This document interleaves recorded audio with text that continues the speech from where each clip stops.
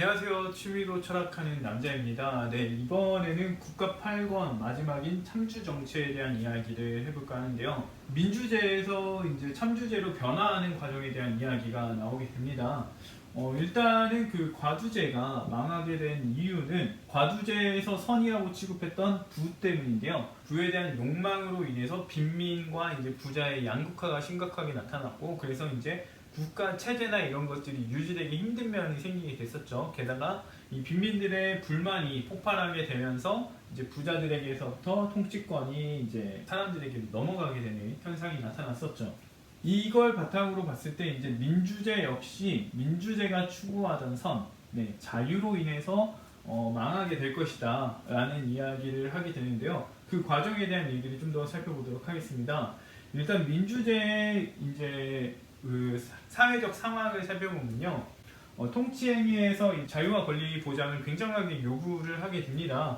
그래서 자유를 조금이라도 건드리거나 권리를 보장하지 않는 무언가가 나타나게 되면은 이제 견디지 못하는 현상이 나타나게 되고요. 그 다음에 피치자 같은 치자, 그러니까는 통치자가 통치당하는 사람과 같은 모습을 보여야 되고, 그 다음에 그 통치당하는 시민이나 국민이 통치자와 같은 모습을 보이게 됩니다. 그런 경향도 생기게 되고요. 그래서 이제 가정에서는 아버지와 자녀, 간단하게 말하면은 아버지가 이제 가정을 다스리고 있고 자녀들은 거기에서 이제 그 다스림을 받는 존재가 되게 되는데, 아버지들이 이제 그 자녀의 눈치를 보게 되고 자녀들이 아버지에게 자기들의 권리를 요구하고 그다음에 자신들의 자유를 요구하는 그런 상황에 맞닥뜨리게 된다. 그래서 뭐 이제 아버지의 권위나 이제 부모님의 권위 이런 것들도 무너지게 되고, 평등한 관계라고도 볼 수 있겠지만은 어느 정도는 수직적인 것이 필요하다고 볼 수가 있을 텐데 이런 것들이 무너진다. 그리고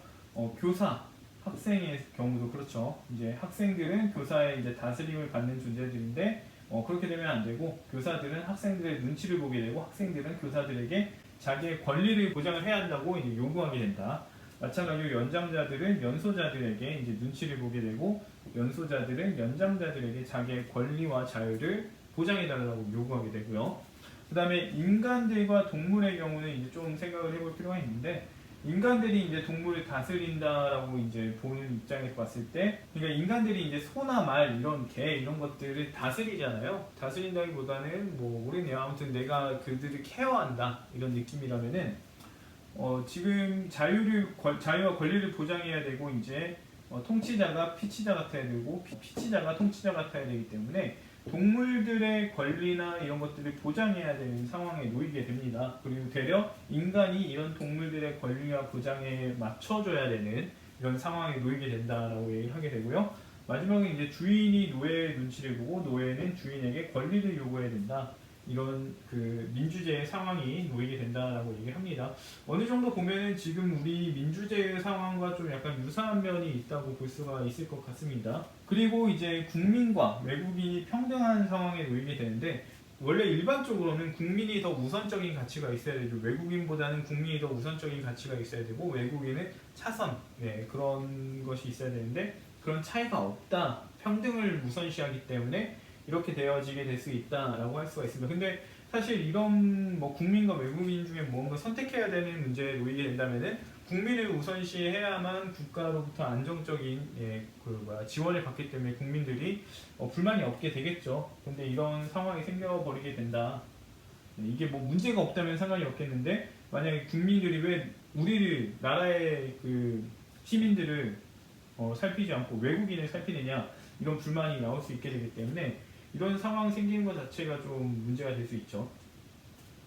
아무튼 그 민주제의 경우에는 자유에 대해서 굉장히 예민해지게 되고, 그렇다 보니까 예속되는 거, 어떤 이유로든 나의 권리는 항상 보장되어야 되고 나의 자유는 항상 보장되어야 한다라는 입장이 굉장히 강하게 형성이 될 수 있다고 합니다. 그렇다 보니까 법률이 나를 예속하거나 뭔가 나타나게 된다면은 그 법률을 무시하는 현상도 나타나게 된다. 이게 민주제의 이제 특징이었다라고 얘기를 하게 되는 거죠. 그러면 이러한 특징을 바탕으로 해서 이제 어떻게 이제 민주제가 무너지게 되는지를 살펴봐야 되는데, 아무튼 소크라테스는 이런 조건을 바탕으로 해서 이제 참주제가 나타나게 된다. 참주제가 나타나게 된다라는 이야기를 하게 됩니다. 예, 앞서 민주제는 자유에 대한 집착 그리고 예속에 대한 극심한 거부를 가지고 있는 상황이었는데요. 이런 상황만 가지고서는 그 민주제에서 참주제로 넘어가진 않습니다. 그래서 몇 가지 조건이 더 얘기를 하게 되는데 일단 과두제가 망한 원인에 대해서 소크라테스를 이야기합니다. 그 과두제를 망하게 한 원인이 민주제에서 더 극성을 보이게 된다, 극성하게 된다라고 하는데 그게 뭐냐? 바로 수벌과 같은 인간, 숫벌과 같은 인간이라고 이제 이야기를 하는데요. 숫벌이라는 존재는 앞서 이야기가 나왔지만 미덕과 거리가 먼 사람들입니다. 그래서 할 줄 아는 것도 없고 그냥 낭비하고 쾌락을 추구하는 거에만 열중인 사람들이에요. 그래서 과두제에서는 빈민이 되었죠. 재산 탕진을 했고 그 다음에 돈을 벌 능력이 없으니까 범죄를 일으키는 불법적 조직에 속한 사람들이 수벌에 해당이 됐었습니다. 그래서 사실 사회적으로는 필요하지 않은 존재, 필요하지 않은 그런 존재로 여겨지기 때문에 이제 수벌로 비유가 되는 거예요. 벌집에서도 이제 수벌은 어느 정도 이제 필요가 거의 없다라고 보기 때문에 수벌이라는 이름으로 이렇게 불리는 거고요. 그래서 모든 정체에서 말썽을 일으킬 수 있는 존재다. 그래서 망조의 원인이 되게 되는데 이런 원인은 어디서든 빨리 제거해야 된다. 이런 집단 언제든지 빨리 제거해야 된다라고 소크라테스가 이야기를 합니다. 뭐 최선자 정체에서든 그 다음에 명예 정체에서든 아무튼 이런 그 미덕과 관련이 없고 미덕을 지키지도 않고 그야말로 사회의 악인 존재는 무조건 다 없애야 되는 게 이제 소크라테스의 입장인 거죠. 아무튼 이런 수벌이라는 존재가 이제 민주제에서 참주제로 나아가게 하는 원인에 해당되는 이제 세력인데요. 이 수벌 중에는 용감한 수벌이 있고 비겁한 수벌이 있다고 합니다. 그 용감한 수벌은 이 집단의 리더가 되고 비겁한 수벌의 경우에는 추종자가 된다라고 얘기를 하게 되는데요. 그냥 수벌에 대해서 간단하게 이제 이 상황에서 이 맥락에서 수벌에 대한 존재를 규정을 해보자면은 불편러들이에요. 불편러들. 그러니까 이제 자기의 개선 의지는 별로 없고 탓을 하기를 잘하는 사람들을 얘기를 한다고 볼 수가 있어요. 그래서 이 탓을 하고 불만을 잘 가져요. 불만을 잘 갖는 특징을 가지고 있는데 과두제에서 이제 수벌이 나타난 이유는 낭비벽이나 이런 절제를 못해서인데 민주제에서 왜 더 극성으로 나타나느냐 이렇게 얘기를 할 수 있는데 민주제에서는 자유를 이제 보장해 주잖아요. 자유를 보장해 주고 평등을 보장을 해주다 보니까 이 수벌들은 자신들의 행동이나 이런 것들을 합리화하기 시작을 하고 그러면서 이제 자신들에게 비판이 주어지거나 이럴 경우에는 자유를 건드리고 평등을 건드리고 나의 권리를 건드린다는 입장을 취하게 돼서 사람들의 동의나 지지를 얻게 되는 세력이 돼버립니다. 그렇다 보니까 이제 민주제에서는 이런 자유와 평등을 보장해야 되기 때문에 이 수벌을 존중해주는 그런 현상이 생기죠. 과두제 같은 경우에는 이 수벌들이 돈을 벌지 못하고 무능력하기 때문에 무시할 수 있고 이렇게 될 수가 있겠지만 인권이나 이런 것들 권리를 존중하는 민주제에서는 이런 수벌들을 그렇게 함부로 대할 수가 없는 거예요. 그렇게 무시할 수도 없는 거고요. 그렇다 보니까 결국에는 이 수벌들이 비판받지 않는 성역에 머무를 수 있는 권리가 생겨버리게 되고 그래서 이 수벌들은 사회성을 띠게 될 수 있습니다. 민주제에서 사회성을 띌 수 있게 되고 그렇게 되면서 어느 세력을 형성할 수 있다 이렇게 얘기가 되어지는 거죠. 민주제에서 이제 참주제로 변화하는 과정에 대한 얘기를 좀 더 이어보겠는데요. 일단 사회를 구성하고 있는 세력들을 이제 소크라테스는 세 가지로 분류하는데 첫 번째는 수벌, 두 번째는 부자, 그 다음에 민중입니다. 수벌은 앞서 말했다시피 쾌락을 추구하는 존재들이고 그 다음에 뭔가 노력을 하지 않고 쓰고 뭔가 낭비하고 이런 쪽에 특화된 사람들이에요. 그리고 이제 이런 것들을 개선하기 위해 노력 안 하고 탓을 하길 좋아합니다. 그러니까 불만을 가지고 있어요. 자기의 현재 처지에 대해서 불만을 가지고 있습니다. 그 불만을 자기 탓으로 여기는 게 아니라 남 탓을 해요. 사회 탓을 하거나 이런 사람들을 말합니다. 그리고 이 수벌은 이제 또 두 종류라고 했죠. 앞서 말한 것처럼. 앞서서 이제 리더격인 사람들이 있고 추종자들이 있습니다. 이들은 서로 유대가 깊겠죠. 아무래도 서로 공통된 타깃을 갖습니다. 내 탓을 하지 않고 남 탓을 하는데 같이 모여서 할 수 있다는 거예요. 그렇다 보니까 이런 사람들은 굉장히 결속력이 좋은 세력이 되겠죠. 그리고 부자 같은 경우는 돈벌이에 열중하는 존재들입니다. 그냥 돈을 버는데 열심히인 사람들이에요. 앞서 과두제적 인간에서 얘기를 했다시피 그런 과두제적인 사람들이 이 부자라는 세력에 포지셔닝 하고 있는 거고요. 그 다음으로 민중들이 있는데요. 민중들은 정치에 관심은 없습니다. 그냥 적당하게 돈을 벌고 그런 것들에 대한 것이 있는데, 문제는 민주제에서 이제 자유와 권리에 대한 민감도가 높아요. 왜냐하면은 정체라는 거는 사람들의 성향을 반영한 거기 때문에, 네, 정체 민주제라는 거는 자유와 권리, 평등에 대한 그것들을 중시한다고 했잖아요. 그렇기 때문에 이 민중들은 자유와 권리에 대한 민감도가 높고, 그 다음에 부에 대해서도 어느 정도 추구를 합니다. 이런 상황에서 이제 세력 간의 이제 구도를 살펴보면, 이 수벌들은요, 남 탓을 하기 좋아한다 했잖아요. 자기들에게 지금 뭔가 불편하거나 문제점이 있다면 탓을 하게 됩니다. 근데 누굴 탓하느냐? 부자를 탓하게 될 거예요. 그리고 부자들 때문에 우리가 가난하고 힘들고 억압받는다, 이런 입장을 제시하는 게 수벌들이고요.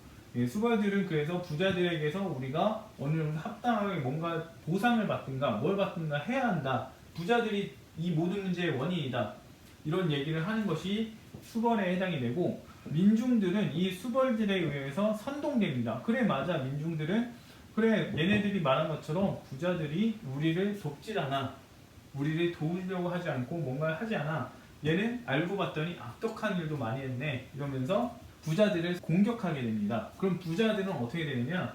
부자들은 이런 공격을 받게 되니까 어느 정도 이제 내어주고 뭔가를 하든가 합의를 보게 되겠죠. 그러면서 이러한 자신에 대해 이루어지는 공격이 누구로부터 비롯되느냐를 봤을 때 수벌과 같은 존재들로부터 비롯이 됐구나. 근데 이들에게 대항할 수 있을까?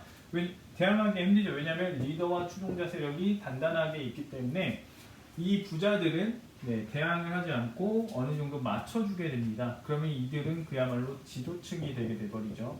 그래서 이 민주제 제도에서는 이 수벌과 같은 사람들이 지도층에 해당이 되는, 지도자층에 해당이 되는 이제 세력이 되게 된다고 이야기를 하게 됩니다. 그리고 이 민중들은요, 정치에 대한 관심은 없어요. 대신 자기들의 이득, 자기들의 권리 보장에 대한 얘기만 관심이 있기 때문에 누군가 이거에 대한 문제를 꺼내주면은 거기에 우르르 몰려서 갑니다. 그렇기 때문에 그러한 존재를 한 명을 선정을 해놓고 그 사람들을 추종하게 되는데, 그러한 사람에 해당이 될 수 있는 게 이 수벌인 거죠. 이 수벌들을 그래서 민중들은 앞세우게 되고요. 그래서 수벌이 민중의 지도자가 되는 상황이 생기게 됩니다.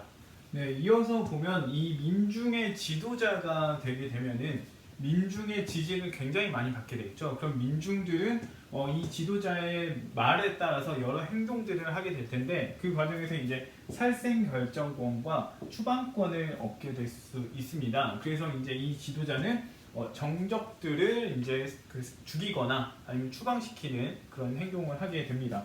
그런데 만약에 이 지도자가 다른 세력에 의해서 견제를 받게 된다면은 그 사람이 죽거나 추방을 당할 수가 있겠죠. 그러면 만약에 추방을 당했다 치고 만약에 이 사람이 다시 정계로 복귀를 하게 된다면은 정적들에 대한 복수심이 굉장히 커질 겁니다. 그리고 마찬가지로 견제 세력에 대한 극도의 거부감을 보이게 되게 되겠죠. 그러면 이 사람이 이제 만약에 지도자가 된다면, 민중의 지도자가 된다면은 정적이나 견제 세력을 남겨두지 않으려고 하게 될 겁니다. 그러면 어떻게 될까요?